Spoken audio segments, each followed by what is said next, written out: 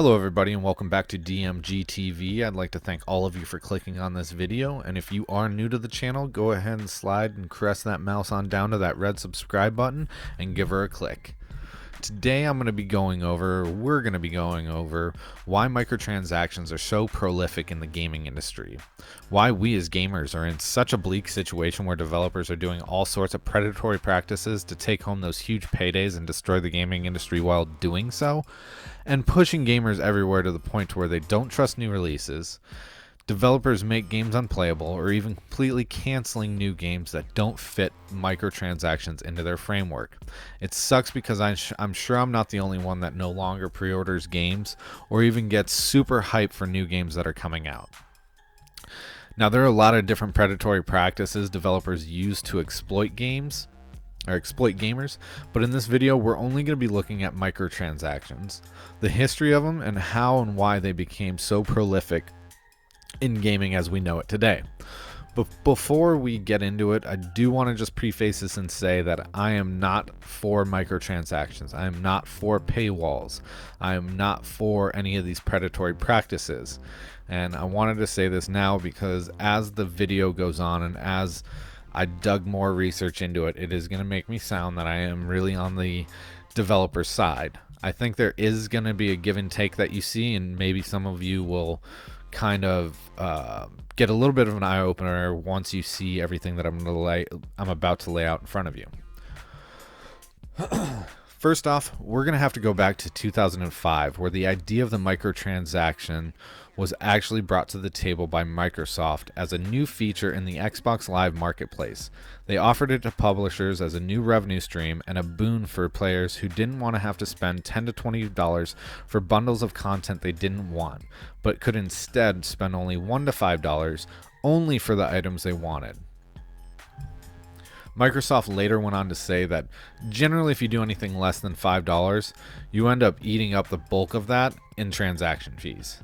And this was also the first time gaming was mentioned as a service, as opposed to just a game. It wasn't until 2006 that microtransactions came to the center stage of controversy with its first mainstream use in the Elder Scrolls Oblivion. Bethesda sold a horse armor pack for the equivalent of $2.50 on Xbox and $2 on PC. Fans were immediately outraged at the price for horse armor, but in response, Bethesda did the right thing and released more overpriced packs for new themed houses, a dungeon, and new spells. So obviously with the outrage there was still enough sales to make it worth moving forward with more microtransactions. As time went on, we know what happened.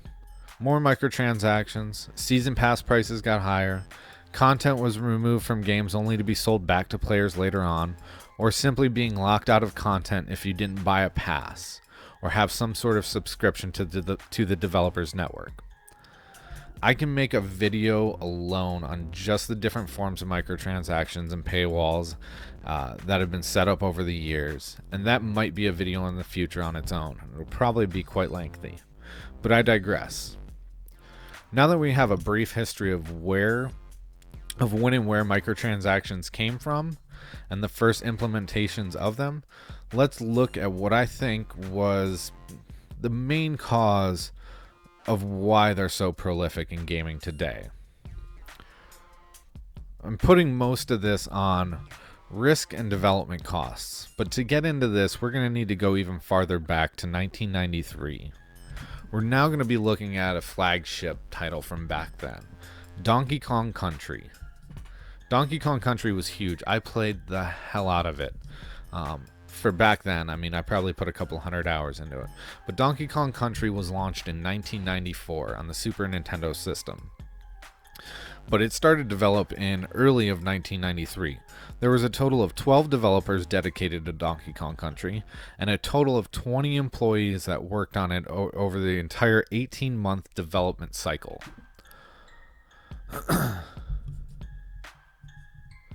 Over the course of 8 hours of research, I couldn't find exact development costs, but there was $3.6 million there was a $3.6 million marketing budget set aside uh, just for Donkey Kong Country. So I can't imagine that development costs in 1993, with the marketing being about $3.6 million, being, say, over $10 million of development costs back then.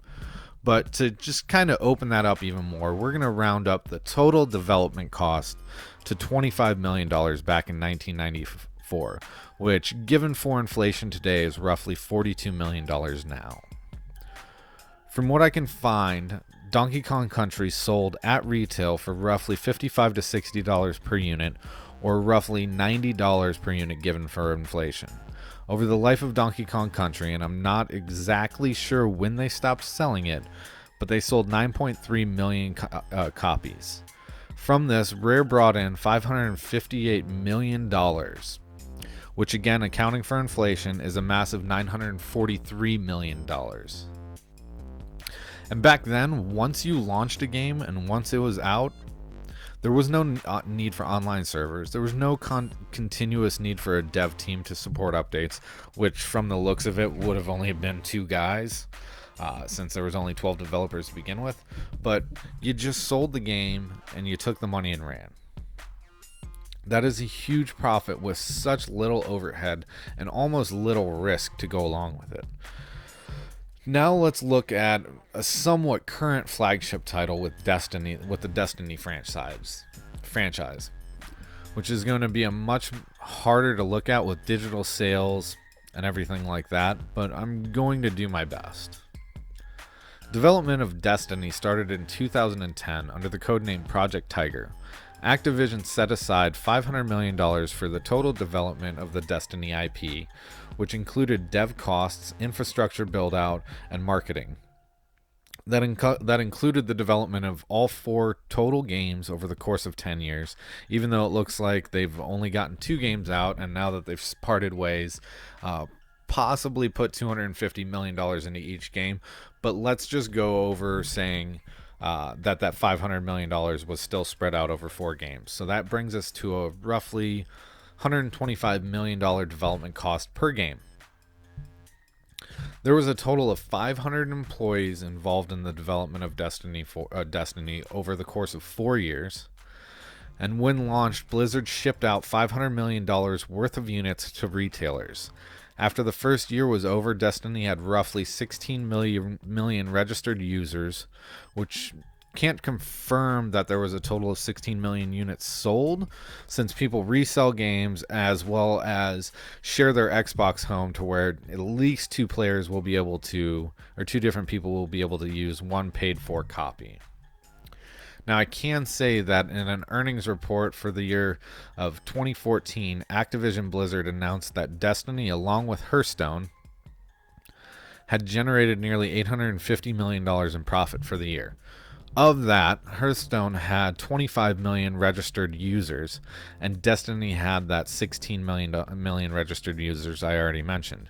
So going off of those numbers, Hearthstone accounted for roughly $500 million in the revenue, but they had a lot more microtransactions and they had a lot more ongoing revenue that they could squeeze out of that, so that number could be higher, but let's just go with $500 million. Destiny, therefore, accounted for $350 million of that revenue. So, in 20 years, the cost of development had increased massively. There's an ongoing update and bug fixes, constant online servers needed just to make over 1/4 of what it would have been made in 1994. $350 million in profit is pretty big from a $125 million investment. It's still huge, but it pales in comparison to the almost $1 billion profit that would have been made 20 years earlier. Not to mention that the average price of games with DLC now is usually about $90. The same exact price as just a base game was back in 1994. So really the heyday of game development was the 90s. And also had somewhat low risk if you look at it.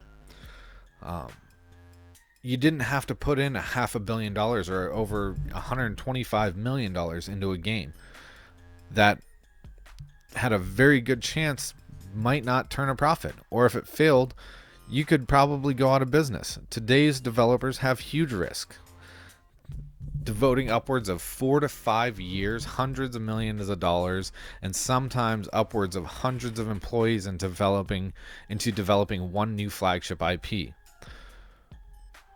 which they don't really know whether or not it's going to be successful.